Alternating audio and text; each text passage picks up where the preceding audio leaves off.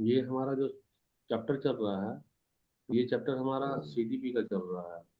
CTP का इसमें combined class चला रहे हैं सीटेट के लिए और जेटेट के लिए। सीटेट वाला का जो चैप्टर है वो है critical perspective of construct of intelligence, यानी कि बुद्धि का जो निर्माण हुआ है उसका आलोचनात्मक हमको देखना है, परिप्रेक्ष्य में देखना है कि कैसे हुआ। और झारखंड डेट वाले क्या मल्टीपल इंटेलिजेंस थ्योरी है, उसमें इंटेलिजेंस को हम लोग देख रहे हैं, यही हमारा टॉपिक है। तो इस टॉपिक में अभी हम लोग देखते हैं क्या हमारा जो टॉपिक है। वो टॉपिक अब हमारे पास में आ गया है इमोशनल इंटेलिजेंस। क्या क्या हमारा इमोशनल इंटेलिजेंस का। तो इमोशनल इंटेलिजेंस में हम लोग पांच एलिमेंट को देखे हैं: social self awareness, self regulation, motivation, empathy और सोशल स्किल्स को देखे हैं। स्क्रीन में क्या शेयर हो रहा है तुम लोगों का बता सकते हो? Self awareness, self regulation, motivation, हाँ ठीक है ठीक है। Social skill. तो देखो हम हल्का सा इसको एक ही लाइन में समझा दे रहे हैं। मान लो कोई बालक है, कोई बालक, मान लो क्या नाम ले ले, कोई रवि ले लेते हैं, ठीक है। तो रवि का एक रिजल्ट निकलने वाला है, सीटेट का रिजल्ट निकलने वाला है। तो जब जिस दिन सीटेट का एग्जाम था और जब रिजल्ट उसका आया है, तो रिजल्ट आया था, रवि देखा कि जितना वह सोचा था उससे कम नंबर आया है। तो जितना सोचा था उससे कम नंबर आया है, तो बेचारा का दिल एकदम धड़ धड़ धड़ धड़ तेज हो गया, आंख में एकदम आंसू डबडबा गया, उदास हो गया, जा मेरा इतना कम नंबर आया है। लेकिन तभी रवि जो है सब खुद से कहता है, अरे अभी हमारा दिल घबरा रहा है, आंखें मेरी डबडबा गई है, क्योंकि मैं बहुत दुखी हूँ, बहुत घबराया हुआ हूँ। कि इसका मतलब है कि मेरी भावना मुझको कंट्रोल करना चाह रही है, मेरी भावना मुझे कंट्रोल करना चाह रही है। वह तुरंत से क्या करता है, मुस्कुराता है और अपनी आंखों से आंसू को पोंछता है। और भावना है उसको बोलता है, ना ना भावना, तुम अभी हमको अपनी मुट्ठी में करने वाले थे, हम तो पहचान लिए, तुम तो अभी हमको कंट्रोल कर रहे थे, लेकिन हम तुम्हारे कंट्रोल में नहीं होंगे। तो ये हो गया सेल्फ अवेयरनेस। क्या हो गया ये हमारा सेल्फ अवेयरनेस। कोई दिक्कत है यहाँ पे किसी को?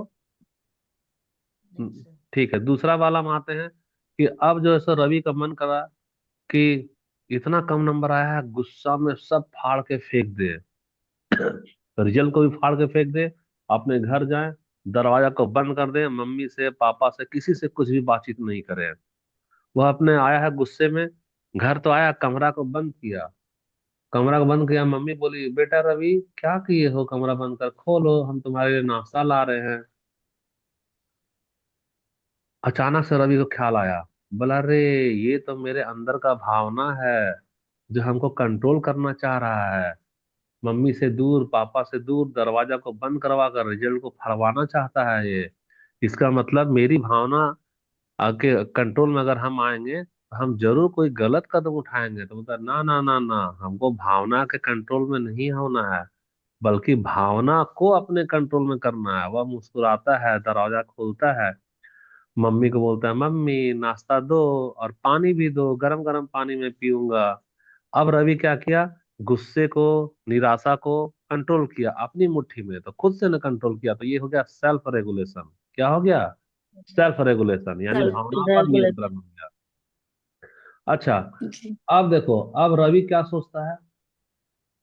रवि जो सोच रहा है, उसके मन में फिर से भावना ना उसको जहर जैसा डंक मार रही, रवि तू तो फेल कर गया, सारे दोस्त सीटेट पास कर गए हैं, तू फेल कर गया, तू फेल कर गया, अब तेरी दुनिया अंधेरे में है, सब लोग नौकरी ले लेंगे, तुम तो वही प्राइवेट में रहोगे, चक्की पीसोगे, चक्की पीसिंग पीसिंग पीसिंग, तेरे लिए दुनिया में जीना कोई मतलब नहीं रहा, इससे अच्छा तो मर जाना है।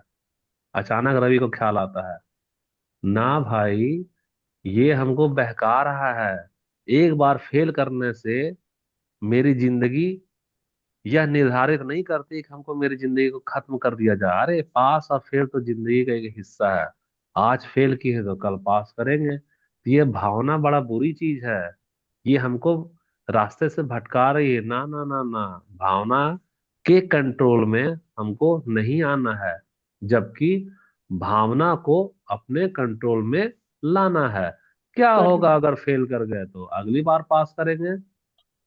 अब रवि क्या करता है, दोबारा से डिसाइड करता है, फिर से हम मेहनत करेंगे, फिर से सीटेट की तैयारी करेंगे। अब देखो रवि किसको दबा दिया, भावना को ना दबा दिया। कैसे दबा दिया? खुद को जी। प्रेरित करके। ये हो गया सर। मोटिवेशन। ये क्या हो गया? मोटिवेशन। अगर मोटिवेशन जी नहीं सर। होता तो भावना के चक्कर में क्या करता? वह सुसाइड ही तो कर लेता। तो रवि यहाँ जी। पे अपने से आगे बढ़ने का निर्णय लिया है, तो ये हमारा हो गया आत्म प्रेरणा यानी कि मोटिवेशन। अब देखो, एम्पैथी समझा रहे हैं। एम्पैथी समझा रहे हैं कि रवि जब दोबारा तैयारी करने आया तो रवि के साथ और एक दोस्त मिल गया, वो भी फूट फूट के रो रहा था। वो अभी सीटेट में क्या फेल कर गया था। तो रवि उससे कहता है, मैं समझ सकता हूँ गोलू, तुम क्यों रो रहे हो और तुम कैसा महसूस कर रहे हो ये भी हम समझ सकते हैं, क्योंकि हम भी तो उसी दौर से गुजरे हैं। लेकिन गोलू तू निराश क्यों हो रहा है? देखो हमको, हम फेल किए हैं, दोबारा प्रयास कर रहे हैं पास करने का। तुम अपना कंधा मेरे कंधे से मिलाओ, चलो हम लोग दोनों मिलकर दुनिया की इस बाधा से पार पा लेंगे। अब रवि क्या किया? अब उसका दोस्त जो गोलू था रो रहा था, उसने मजाक उड़ाया क्या, बताओ तो? नहीं नहीं। सर। नहीं ना, मजाक उड़ा, उसके साथ सहानुभूति में रखा है। तो सहानुभूति रखा यानी उसी जी। भावना को समझा है, तो यही है हमारा इम्पैथी। यही है हमारा क्या? इम्पैथी। अब देखो रवि और गोलू मिल गया। रवि क्या क्या, गोलू को बुला लिया अपने घर में। बुलाओ, हम लोग 6-6 घंटा तैयारी करेंगे। सुबह में आना तो तुमको हम ना 6 से 8 बुलाएंगे, प्रिंट करके नोट्स दे देंगे, तो तुम मेरा प्रिंट करके नोट्स ले जाना। फिर दुकान में बाइंडिंग करा लेना, क्योंकि डेली तुमको हम 2-2 चैप्टर में देंगे। तो बाइंडिंग नहीं कराओगे तो जी। इधर उधर अस्त व्यस्त हो जाएगा। बाइंडिंग करा लेना, एक पुस्तक बना लेना, जल्दी जल्दी पढ़ लेना। 10 ही दिन में तुम्हारा पूरा हम सिलेबस खत्म कर देंगे मिल करके। अब रवि और गोलू शांति के साथ अपने घर में आता था, 8 घंटा 6 घंटा पढ़ता था, प्रिंट करा लिया नोट्स को, बुक बना लिया, और कोई कोचिंग ज्वाइन कर लिया। मान लो सहाय सहाय सर का स्टूडेंट बन गया। अब सहाय सर भी उसको क्या कर रहे हैं? सहयोग कर रहे हैं। तो आपस में ना तो गोलू निराश हुआ, न ही रवि निराश हुआ, और न ही हताश हुआ, बल्कि एक लय को बनाए रखा, 4 बजे क्लास अटेंड करता रहा। नतीजा क्या रहा निकला? मिलजुल करके ये लोग पास कर गए। तो ये लोग एक दूसरे का जी। सहयोग बनाए, झगड़ा नहीं किए, संवाद रखे, यही तो है सोशल स्किल। तो एक ही जी। रवि और गोलू की कहानी में हम लोग समझ गए, इसको कहते हैं क्या? इंटेलिजेंस। कौन सा इंटेलिजेंस हमारा है? Emotional intelligence. इमोशनल इंटेलिजेंस में ये रवि गोलू और सहाय सर वाला कहानी याद रख लेना, तो पांचों एलिमेंट तुमको याद रह जाएगा। ठीक है, कोई दिक्कत तो जी। नहीं है यहाँ पे? नहीं सर। ठीक है। अब नहीं दिक्कत है तो अब देखो, अब हम लोग बुद्धि का परीक्षण कर रहे हैं। क्या कर रहे हैं? बुद्धि का परीक्षण। तो अच्छा, इसका स्क्रीनशॉट बोलना भूल गए थे, ले लिया उन्हें इसका स्क्रीनशॉट पीछे वाला का? जी सर। हाँ, तो तुम लोग कॉपी वॉपी में बना के भेज क्यों नहीं रही भाई? कि इंतजार कर रही सीधा कि हम आएंगे प्रिंट देंगे तुमको? लिखते भी जाओ। नहीं। लिखना भी शुरू। अच्छा देखो, अब देखो हम लोग आते हैं ये बुद्धि परीक्षण का आलोचनात्मक विश्लेषण, क्रिटिकल एनालिसिस, है ना? तो क्रिटिकल एनालिसिस में सबसे पहला है कल्चरल बाइस। तो कल्चरल बाइस क्या होता है, बता सकते हो? हाँ। मेरे पास में टॉपिक क्या है कि critical analysis of intelligence testing, यही ना टॉपिक है। इसमें एक वर्ड दिया है कल्चरल बायस, यानी सांस्कृतिक पक्षपात। तो सांस्कृतिक पक्षपात क्या होता है? सांस्कृतिक पक्षपात अपना अपने कल्चर अपना रीति रिवाज का।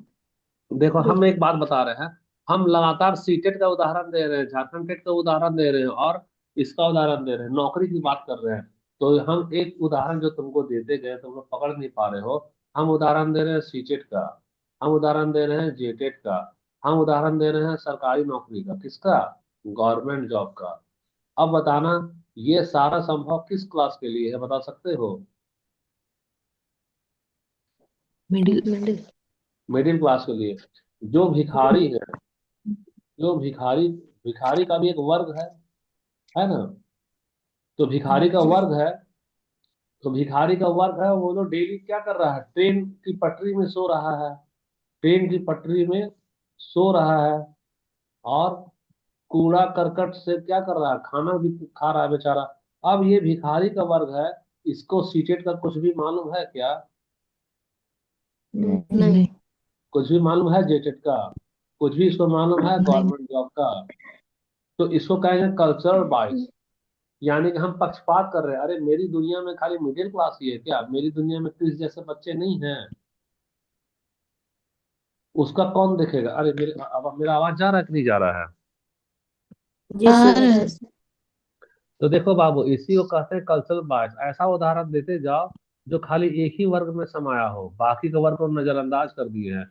अब भिखारी वाला बच्चा जो क्रिस का गाना गा रहा है, उसको बोले तो सीटेड जेटेड गवर्नमेंट जॉब, उसको इससे क्या मतलब है? हम तो उसको ना तो पढ़ने का मौका दिए, ना ही एबीसीडी सिखाए हैं।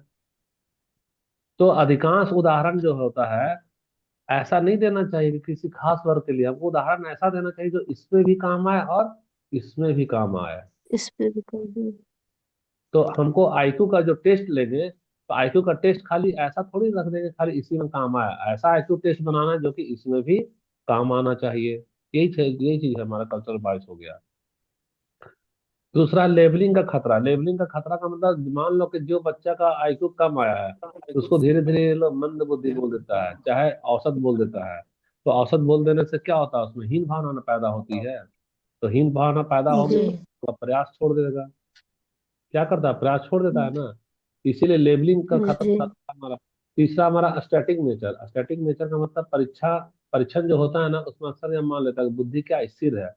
जबकि बुद्धि को स्टैटिक नहीं बोल के क्या माना गया, बता सकते हो?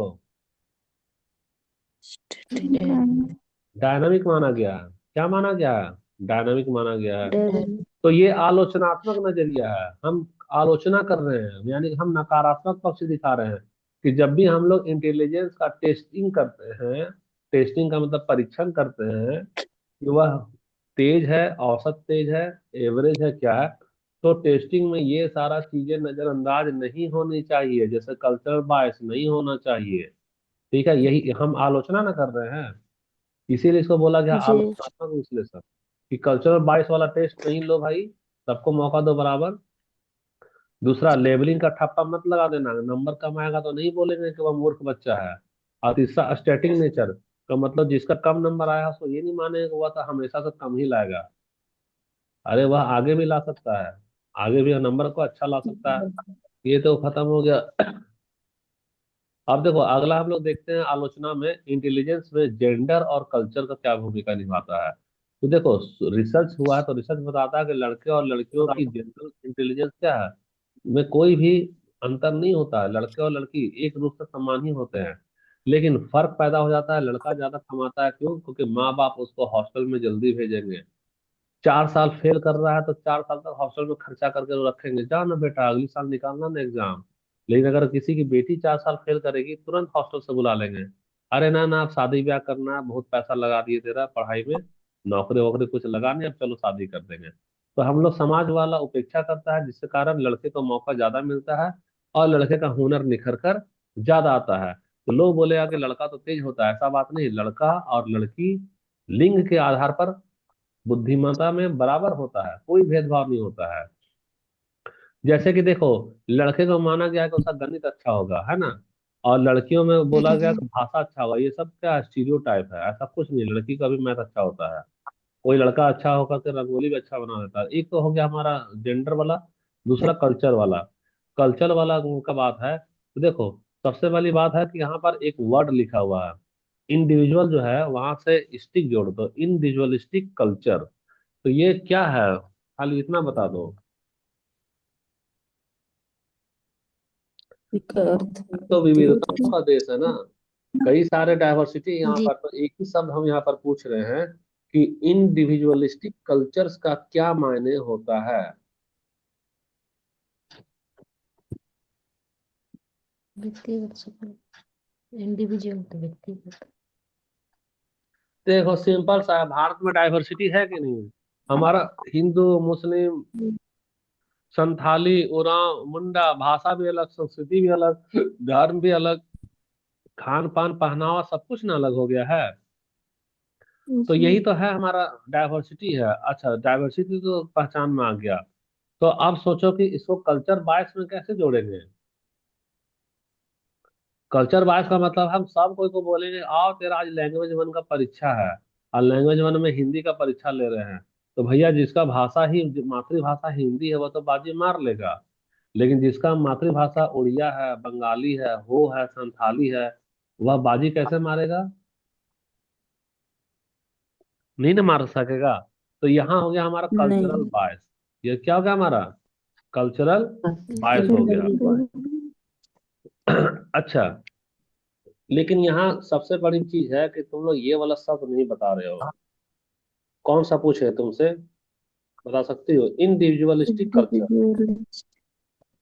इसका क्या मतलब है? बोलो। दिक्कत। प्रयास करो, वो गलत हो चाहे सही हो। कुछ आइडिया नहीं लग रहा है? लग रहा है देखो, अलग अलग संस्कृति है। इंडिविजुअल का मतलब होता है अलग, यानी व्यक्तिवादी संस्कृति। व्यक्तिवादी। तो व्यक्तिवादी का मतलब है, कैसे हम तुमको समझाएं? एक बताना जरा। तुम्हारे घर में, परिवार में 5 आदमी मिलकर परिवार हो गया। परिवार का मतलब क्या? बच्चा, बीवी, पति, माँ और पिता, यही ना है? अब उसमें सोचो जी। कि सबसे ज्यादा वैल्यू अभी किसको दिया जा रहा है? जिसके घर में अगर हस्बैंड का ज्यादा वैल्यू है, तो वह इंडिविजुअल कल्चर हो गया कि परिवार तो है लेकिन सबसे ज्यादा तवज्जो किसको दे रहे हो? हस्बैंड को या नहीं? तो किसी परिवार में देखना, सबसे जो छोटा बच्चा होता है ना, चाहे बेटी हो चाहे बेटा हो, उसी का सबसे ज्यादा वैल्यू रहेगा। एक बार वो रो देगा ना, तो उसके लिए लॉलीपॉप, आइसक्रीम सब कुछ हाजिर हो जाएगा। वही उसका बड़ा भाई रोएगा तो नहीं मिलेगा। लोग समझाएंगे, अरे तुम तो जी। बड़ा है ना, तुमको जान दो, ये तो छोटा है ना, इसको ला के दे रहे हैं। तो जहाँ केंद्र में खास आ जाए, चाहे एकदम सबसे छोटा सा बालक हो, चाहे कोई हस्बैंड हो, चाहे वाइफ हो, चाहे किसी का सास हो या किसी का ससुर हो, तो इंडिविजुअलिस्टिक कल्चर ऐसा संस्कृति होता है, ऐसा कल्चर होता है जहां पर परिवार से ज्यादा किसी खास को मान तवज्जो देते हैं। और कोई खास जरूरी नहीं कि हस्बैंड ही हो, बच्चा भी हो सकता है, सासू माँ। जैसे देखो ना, किसी किसी के घर में ज्वाइंट फैमिली है, तो पति पत्नी बच्चे सब कोई है, लेकिन हुक्म का सिक्का किसका चलता है? सास का चलता है। तो जहां सास का दबदबा ज्यादा हो, एक अच्छा बात आ गया, दबदबा। इंडिविजुअलिस्टिक का मतलब है किसी खास का दबदबा, किसी एक का ज्यादा दबदबा, वही है इंडिविजुअलिस्टिक कल्चर। जैसे अभी मान लो हम लोग समाज में जनता पार्टी की बात कर रहे हैं, भारतीय जनता पार्टी। तो कहने को भारतीय जनता पार्टी एक परिवार है, लेकिन इस पार्टी में दबदबा किसका है बताना जरा? किस नेता का दबदबा है? बीजेपी। मोदी बीजेपी तो जी एक का। पार्टी है, परिवार है, नरेंद्र मोदी है ना, जो जो एक खास व्यक्ति जिसका जी। यहाँ दबदबा है। तो यहाँ पर कौन सा जी। कल्चर जाएगा? इंडिविजुअलिस्टिक कल्चर हो जाएगा। अगर हम कांग्रेस की बात करेंगे, तो कांग्रेस पार्टी में परिवार में हजारों लोग जुड़े हुए हैं, लेकिन दबदबा किसका है? राहुल गांधी। राहुल गांधी। तो इंडिविजुअलिस्टिक कल्चर हो गया। हम आभ्या क्लासेस की बात करेंगे, तो आभ्या क्लासेस में कई सारे स्टूडेंट जुड़े हुए हैं, तो इसमें दबदबा किसका है बताना? नहीं सर। ये हो गया इंडिविजुअलिस्टिक कल्चर। अब आ गया समझ में? जी सर। ठीक है, तो यही तो है इंडिविजुअलिस्टिक कल्चर। तो अच्छा, इसमें इसमें एक चीज आता है, जैसे देखो। तो हाँ, किसी का आवाज आ रहा है क्या? नहीं सर। अच्छा ठीक है, हम लोग आगे कंटिन्यू करते हैं। तो यहाँ व्यक्तिगत सफलता और तर्क है। तो कलेक्ट देखो, एक है कलेक्टिविस्ट कल्चर। तो कलेक्टिविस्ट कल्चर का मतलब है यहाँ बुद्धि का था सामाजिक अच्छा ठीक है, इसको भी समझाना ही पड़ेगा, ये तो तुमको समझा दिए। दूसरा हम है हमारे पास में, कि जब बात आ गई है किसकी? इंडिविजुअलिस्टिक कल्चर की, तो यहीं पर बात आती है कलेक्टिविस्ट कल्चर्स की, जैसे भारत में। तो यहाँ बुद्धि का क्या अर्थ है बताना? सोशल हार्मोनी का अगर भी मायने में पूछेंगे, कलेक्टिविस्ट कल्चर्स के परिप्रेक्ष्य में बताओ तो। सामाजिक सामंजस्य। सामाजिक सामंजस्य। बड़ों का सम्मान।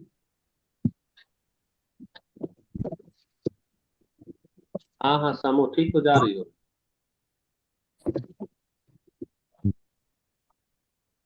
हल्का सा प्रयास करो।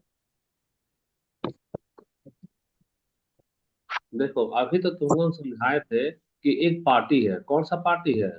बीजेपी। बीजेपी। बीजेपी तो कई लोगों का नाम मिलकर बना है, लेकिन उसके ऊपर हावी जी। कौन है बता सकती हो? मोदी जी मोदी हावी जी। हो गए। क्या हो गया? मोदी जी हावी हो गए हैं। तो यहाँ पर ना कलेक्टिविस्ट कल्चर पाया जाता है, किसी एक को ना ज्यादा तवज्जो दे रहा है, ज्यादा तवज्जो दे रहा है। अब बात आते हैं यहाँ पर, इसका कि बुद्धि का क्या रिश्ता है भैया, है ना? कि हाँ, बुद्धि का क्या है? तो सबसे बड़ी बात है इसमें हम लोग। अच्छा, ये यहाँ बताना, किसी को कुछ डाउट जा रहा है क्या? नहीं सर। नहीं जा रहा है। तो हमारा पास में अगर मोदी जी का उदाहरण दे रहे हैं, तो मोदी का बीजेपी के साथ में अच्छा तालमेल है क्या? मतलब एक होता है ना दोस्त के जैसा घुल मिलकर रहना। जी है सर। सर। दोस्तों के जैसा घुल मिलकर, एक होता है ना हारमोनी बनाना। हारमोनी का यहाँ पर निर्माण हो पा रहा है क्या, बताना? नहीं। नहीं। नहीं ना हो रहा है। तो सोशल हार्मोनी का मतलब होता है एकदम मधुर संबंध रखना। तो मधुर संबंध का मतलब तभी ना होगा जब मोदी को भी उतना ही तवज्जो देंगे जितना कि बीजेपी का आम कार्यकर्ता को देंगे। तो आम जी। कार्यकर्ता को देंगे का मतलब जो हमारा घर है और हमारा जो परिवार है, ठीक है, यह टूटता है। यह क्या होता है? टूट जाता है। क्यों टूट जाता है? जब हमारा कलेक्टिविस्ट कल्चर हावी होता है। कैसे कलेक्टिविस्ट कल्चर? मान लो बहू है, बोलेगी परिवार है तो मेरा पति ज्यादा कमा रहा है ना, फिर भी हमको कोई भी वैल्यू नहीं मिल रहा है। वह अपना दर्जा को ऊंचा रखना चाह रही है। वह अपना दर्जा कहाँ रखना चाह रही है? ऊंचा रखना चाह रही है। तो जब ऊंचा रखना चाह रही है तो नतीजा क्या होता है? परिवार टूट जाता है, वह अपने घर को अलग कर लेती है। तो घर तो अलग कर ली, लेकिन सोशल हार्मोनी वहां क्या बना, बताना? टूट गया। टूट गया ना। अब जी। अब एक एग्जांपल जैसे तुमको दे रहे हैं, तो सोशल हार्मोनी को मेंटेन कैसे करेंगे? कलेक्टिविस्ट कल्चर को हटाओ। हटाने का मतलब क्या है? तुम किसी से टकराओ नहीं, है ना, दूसरे का साथ सम्मान से रहो, दूसरे का रिश्ता को बनाए रखो, और तुम सोशल एडजस्टमेंट कर दो। जब बात आती है सोशल एडजस्टमेंट की, किसकी बात आ रही है? Social social. एडजस्टमेंट। तो जब सोशल एडजस्टमेंट की बात आ रही तो यहाँ बिना बुद्धि का तुम एडजस्ट कर पाओगे क्या? नहीं। अच्छा सुनो, अब जब बुद्धि का बात आ ही गया है, तो बुद्धि में सबसे पहली बात तुमको किसको दबाना होगा? भावना को दबाना होगा। भावना को दबाना होगा। और जब तुम दबाना। भावना को दबाओगी तो कौन सा बुद्धि होगा तुम्हारा? इमोशनल। Emotional intelligence. अब आया समझ में कि इमोशनल जी। इंटेलिजेंस इतना बड़ा फैक्टर होता है कि तुम अगर नहीं चालाकी से काम लोगे तो तुम्हारा घर भी टूटेगा, परिवार भी टूटेगा, और सोशल हार्मोनी भी बिखर जाएगा। जी। तो देखो, इसीलिए बोला गया कि यहाँ बुद्धि जो है उसका अर्थ है सामाजिक सामंजस्य। सामाजिक सामंजस्य में फिर से बता दे रहे हैं, नेचर हमारा क्या है? कलेक्टिविस्ट कल्चर वाला नेचर है ना। कलेक्टिविस्ट कल्चर का मतलब है जी। कि पार्टी तो बीजेपी की है, लेकिन मोदी बोल रहा है हमको जी। ज्यादा वैल्यू दो, हम तो पीएम है ना। देखते हो कभी मुस्कुराएगा मोदी? मीटिंग में, टीवी में, न्यूज में छपेगा ना कि अगल बगल नेता के साथ बैठा है मोदी, एकदम गंभीर है जैसे हम तो ब्रह्मांड के सर्वे सर्वा, किसी से बातचीत नहीं करता है ढंग से, मुस्कुराता नहीं, हाथ वाथ नहीं मिलाता, खाली कैमरा में फोटो खिंचाएगा। यानी वह क्या चाह रहा है? कि मेरा दर्जा ऊंचा रहे। मेरा दर्जा ऊंचा रहे। तो मेरा दर्जा ऊंचा रहे तो ऊंचा के चक्कर में क्या है? वह तो बिखार बिखार, सोशल हार्मोनी तो टूटा। तुमको अभी पेडागोजी क्या सिखा रहा है? सोशल हार्मोनी में रहना है। तो सोशल हार्मोनी में रहने के लिए तुमको क्या करना होगा? सोशल एडजस्टमेंट करना होगा। और एडजस्टमेंट करने के लिए किसका इस्तेमाल करना होगा तुमको? बुद्धि के। बुद्धि का। अब बुद्धि का मतलब है तुमको किसको दबाना है? भावना को दबाना है, भावना। ना कि भावना में दबना है। और जब भावना को दबाओगी तो कौन सा इंटेलिजेंस कहलाएगा यह? Emotional intelligence. Emotional intelligence. तो देखो, हम एक ही लाइन यहाँ लिख दिए हैं, बाकी समझा दिए, ठीक है? कोई दिक्कत तो नहीं होना चाहिए किसी को। तो एग्जाम ट्रैप में आ जाओ। एग्जाम ट्रैप में हम लोग देख लेते हैं, परीक्षा में पूछा जाता है इमोशनल। ईक्यू का मतलब है भाई टेस्टिंग इंटेलिजेंस। क्या जन्मजात होता है क्या? तो नहीं। जब हमको भावना को दबाना समाज में रह करके ना, समाज से न सीखेंगे तो यह जन्मजात कैसे होगा भैया? देखो, आईक्यू जो है वह जन्मजात होगा, मतलब जेनेटिक होता है। लेकिन इमोशन जो है, जो भावना है, उसको सीखा जाता है और उसको विकसित किया जाता है। ठीक है, दोनों में अंतर है। अगला अगला है तुम्हारा कल्चरल फेयर टेस्ट क्या होता है? तो कल्चरल फेयर टेस्ट, अच्छा ये बता सकते हो क्या इसमें? एक हमारे पास में शब्द आया ना, क्या है शब्द? कि कल्चरल फेयर टेस्ट क्या होता है?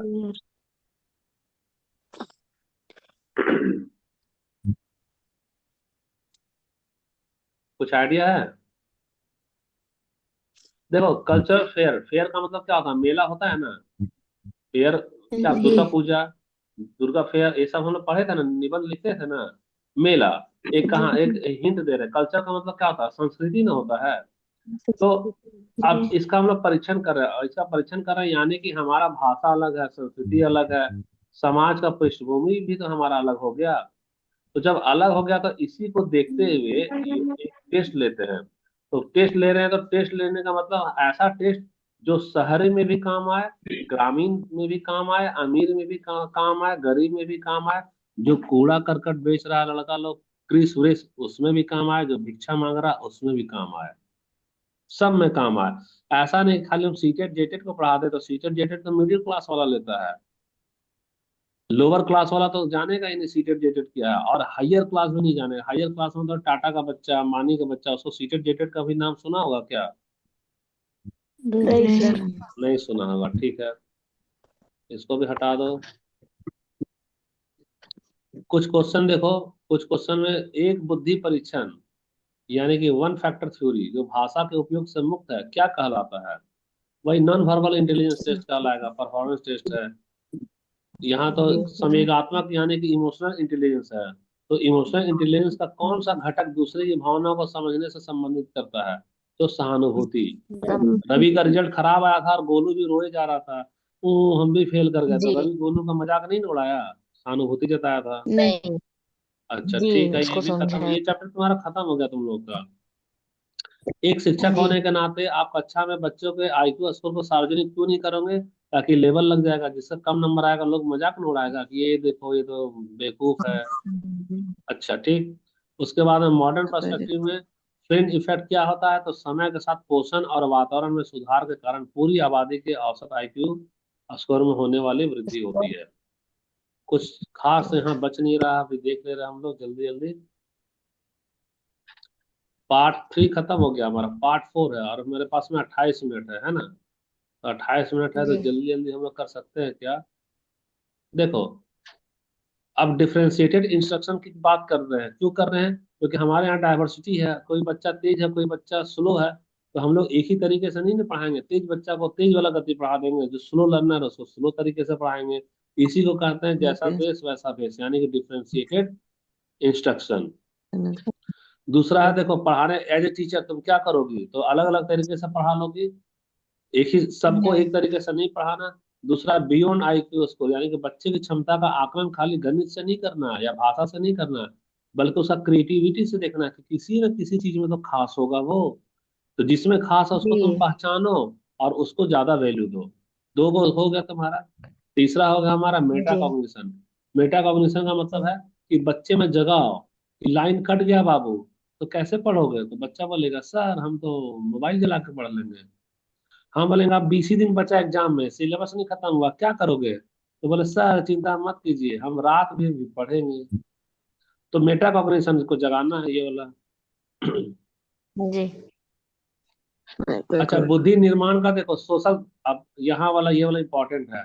सोशल कंस्ट्रक्टिविस्ट व्यू, यानी कि बुद्धि निर्माण तो सोशल वाला भी होता है ना, कौन सा? जो इमोशनल है। तो इमोशनल में देखो, बुद्धि केवल सर के अंदर नहीं होती, बल्कि यह डिस्ट्रीब्यूटेड होती है। कैसा डिस्ट्रीब्यूट होती है? जब हम दूसरों के साथ मिलकर, जैसे चला रहे हैं, तुम लोग देखना, टाइपिंग करोगे ना, चैटिंग करोगी ना उसमें मोबाइल में, कोई बच्चा बोल दिया हैप्पी बर्थडे, तो तुम किसी से बात करते रहोगे, तेरा उंगली टाइप कर देगा HAPPY। क्यों टाइप कर देगा? उंगली को पहचान लिया है, अक्षर को। दिमाग भले कहीं और है, जी। लेकिन वह तुम्हारा कंप्यूटर है, कैलकुलेटर या कुछ भी है, वो तुम्हारा अंग भी पहचान लेता और काम कर लेता आसानी से। टाइपिंग देखो ना, बुजुर्ग जी। लोग नहीं कर पाएंगे, तुम लोग जल्दी जल्दी टाइपिंग कर लोगे मोबाइल में। तो इससे हमारी बौद्धिक क्षमता जी। बढ़ जाती है, यानी कि बुद्धि हमारा बटा हुआ है। और एक चीज, दूसरा उदाहरण दे रहे हैं। तुम स्कूटी चला रही हो, अचानक से कोई सामने में सब्जी वाला आ गया, तो जब तक तेरा दिमाग बोलेगा कि भाई ब्रेक मारो, तब तक तेरा हाथ क्या करेगा? ब्रेक को मार चुका होगा। तो बुद्धि खाली जी। दिमाग में नहीं है, इसको मांसपेशी वाले बुद्धि हम लोग कहते हैं। यानी कि मांसपेशी भी जी। जान जाती है कब हमको हरकत में आना, यानी बुद्धि एक जगह नहीं है, वह क्या है? डिस्ट्रीब्यूटेड है। पहला तो हो गया हमारा। दूसरा वाला आ जा हमारा कैटर्स थ्योरी। तो ये तो लास्ट क्लास है, इसी में हम लोग खत्म करते रहे इसको, है ना? ये जी 2 मिनट सर। चल रहा है। कैटर्स थ्योरी क्या कहता है? कैटर्स थ्योरी कहता है क्या कि तर्क करने की जन्मजात क्षमता उम्र के साथ घटती है। जैसे बुढ़ापे में लोग जोड़ घटाव नहीं कर पाएंगे, बुढ़ापे में लोग सही निर्णय हम्म। नहीं ले पाएंगे। देखो ना, बड़े बुजुर्ग को एक उम्र होने के बाद में वह निर्णय नहीं करते, जी उनका सर। बच्चा लोग निर्णय करने लगता है। इसी को बोला गया कैटर्स थ्योरी। ये तो तुम्हारा भी सिलेबस में नहीं है, तो हल्का सा ही खाली बता जी दे रहे हैं इसके बारे में। तो एक है हमारा क्रिस्टलाइज इंटेलिजेंस। क्रिस्टलाइज इंटेलिजेंस क्या है? अनुभव और शिक्षा से प्राप्त ज्ञान उम्र के साथ बढ़ेगी भी। और एक कैटेगरी में क्या आता है कि अगर उम्र ज्यादा हो रहा है तो धीरे धीरे वो क्या होती है, घट भी जाती है। होती है। एग्जाम टाइप में, तो एग्जाम टाइप में तुम्हारा कैटेगरी नहीं दिया सीटेट में, तो इसको हटा दो, है ना। ये सीटेट वाला तो है नहीं। अच्छा ठीक है। प्रीवियस ईयर का क्वेश्चन में देखो, बुद्धि के बहुआयामी सिद्धांत के अनुसार एक शिक्षक को क्या करना चाहिए? तो बहुआयामी सिद्धांत है ना, तो विभिन्न प्रकार के शिक्षण विधि का जी। उपयोग करो। बुद्धिमत्ता वाले। कुछ और यहाँ इंपॉर्टेंट बच रहा है क्या, देखते हैं यहाँ पे। देखो अब तुम्हारा एनालिटिकल यानी कि आईक्यू टेस्ट की सबसे बड़ी सीमा क्या है? तो सबसे बड़ी सीमा क्या है कि रचना। हम लोग क्रिएटिविटी को नजरअंदाज करते हैं। जिसका सीटेट में कम नंबर आ रहा है, क्या वह पूरी जी। तरह से सीटेट के लायक नहीं है क्या? उसमें तो बहुत सारे क्रिएटिविटी है, लेकिन सीटेट उसको आकलन सही से नहीं कर पा रहा है। एक अच्छा टीचर जी। खान सर को देखो, वह तो सीटेट पास ही नहीं है। खान सर बीएड भी नहीं किए हैं, तो उसका क्रिएटिविटी नहीं है खान सर का, पूरा करोड़ों लोग उससे पढ़ रहा है। यह टेस्ट की क्या है? जी। कमजोरी है। क्या कमजोरी है? कि वह रचनात्मकता को पहचान नहीं पाता है, और सामाजिक कौशल को भी पहचान नहीं पाता है। ठीक है, हम तुमको अपना जी। उदाहरण देते हैं। हम बहुत लास्ट में किए थे बीएड। हमारा बीएड हुआ है 2016 2018 में। इस समय में हमारा क्या हुआ, बीएड हुआ है, ठीक है। और हम पढ़ाना जो शुरू किए हैं, हम हाँ। पढ़ा रहे हैं कब से? 2010 से ही पढ़ा रहे हैं। उस समय में हम क्या थे? हमारा मैकेनिकल इंजीनियरिंग था। तो रुको 1 मिनट, आ गया है तो खोल के आ रहे हैं, लाइन में रहो तुम। हाँ आ रहे हैं, आ रहे हैं।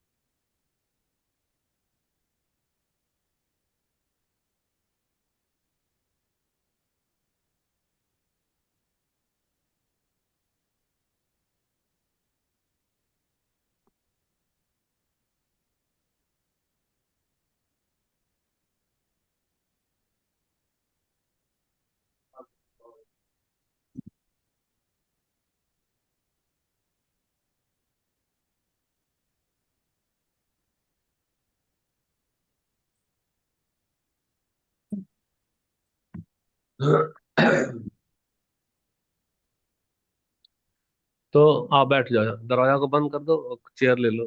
हाँ, बैठो। बंद कर दो ताकि हवा ना आए, ठंडा लगेगा।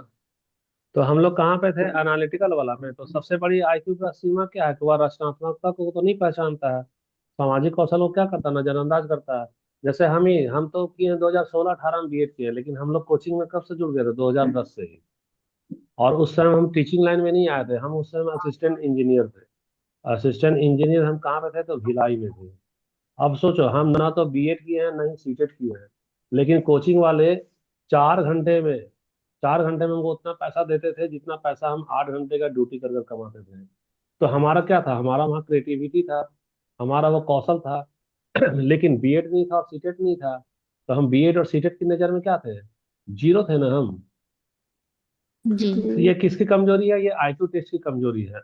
आईक्यू टेस्ट में हम लोग भी देखो, जो लोग सीटेट नहीं पास किए हैं, इसका मतलब ये थोड़ी कि उसमें हुनर नहीं है। सीटेट नहीं पास करने के बावजूद भी उनमें पढ़ाने का बहुत अच्छा हुनर है।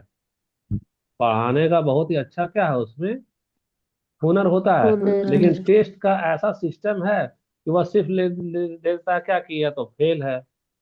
फेल करने वाला लड़का और लड़की नहीं अपनी जिंदगी में सक्सेस किया, बहुत सक्सेस किया है।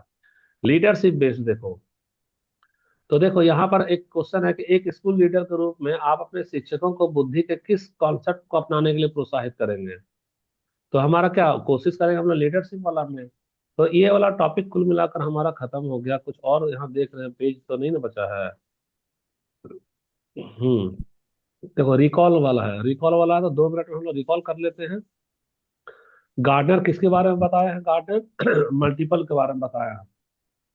मल्टीपल इंटेलिजेंस थ्योरी गार्डनर का हो गया। अस्टर्नबर्ग किसके बारे में बताया है, तो प्रैक्टिकल लाइफ के बारे में बताया अस्टर्नबर्ग। गोलमैन किसके बारे में चर्चा की है, इमोशनल इंटेलिजेंस का। किसका चर्चा की है, गोलमैन। इमोशनल का। और बीनेट और टर्मन क्या दिया है, आईक्यू का फॉर्मूला दिया है। आईक्यू कर बोला। ठीक है, और कैटल का एक थ्योरी दिया है ना कि जब जैसे जैसे एज बढ़ेगा वैसे वैसे तुम्हारा घटता जाता है, तर्क करने की क्षमता घटता जाता है। जी जी। तो ये चैप्टर हमारा पूरी तरह से कंप्लीट हो गया है। तो अब चैप्टर कंप्लीट हुआ तो अब एमसीक्यू देंगे। कल हमारा अधूरा था ना, कल अधूरा था इसलिए कल जी नहीं दिए जी। थे। आज हम लोग क्या देंगे, एमसीक्यू देंगे। तो एमसीक्यू 5:30 हो रहा है, हम तुमको 5:40 में दे दे रहे हैं, ठीक है। क्या दे रहे हैं, जी एमसीक्यू दे रहे हैं। जितने लोग अटेंड किए हो क्लास को वो लोग सब जरूर सॉल्व करना, मिल जाएगा तुमको 5:40 या 5:45 तक एमसीक्यू मिल जाएगा। इसको कितना बजे तक जमा करना, 6:30 बजे तक। क्वेश्चन ज्यादा नहीं दे रहे, सिर्फ 50 क्वेश्चन दे रहे हैं, ताकि लोड ज्यादा ना हो जाए, बाकी सब्जेक्ट भी करना होगा तुम लोग को। फिर मिलते हैं सर नेक्स्ट क्लास में। हाँ, हम लोग का 6 बजे से क्लास स्टार्ट हो, तब के बाद में देंगे। तो 6 बजे से क्लास स्टार्ट होगा तो क्लास के बाद देंगे एमसीक्यू, है ना। क्लास खत्म होने के बाद जी देंगे एमसीक्यू, है ना। जी ठीक है, सर। 7-8 बजे के बाद देंगे, 8 बजे के बाद देंगे, ठीक। इसका जी सर। अटेंडेंस अटेंडेंस ले लिए हो देवराज। हाँ सर। ठीक ठीक है, मिलते हैं फिर, tata bye bye. Bye bye sir.